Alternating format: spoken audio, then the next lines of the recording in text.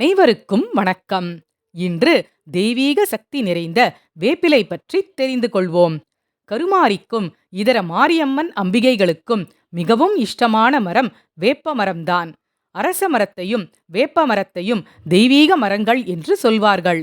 அதனால்தான் அவைகளை தம்பதிகளாக கருதி ஒன்று சேர வளரச் செய்து திருமணமும் செய்விப்பார்கள்.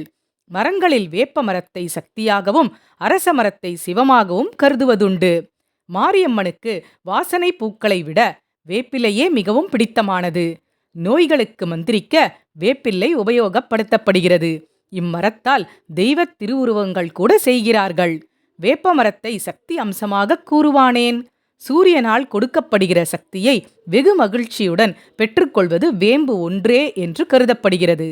சூரிய சக்தியை கிரகித்த வேப்பமரம் அதை கொண்டு எல்லா ஜீவராசிகளும் முக்கியமாக மனித வர்க்கத்திற்கும் தொண்டு செய்து வருகிறது.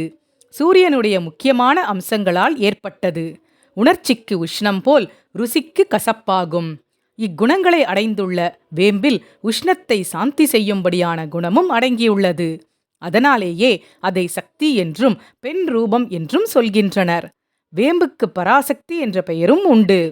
கிராம தேவதைகள் இருக்கும் இடமெல்லாம் வேப்ப மரத்தை காணலாம். கிராம தேவதைகள் நம் மீது சினம் கொள்ளாமல் எப்போதும் சாந்தமாகவே இருக்க வேப்பிலை உதவும்.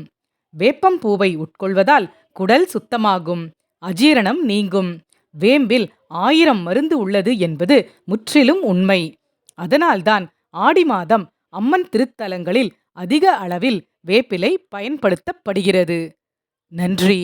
வாழ்க வளமுடன்.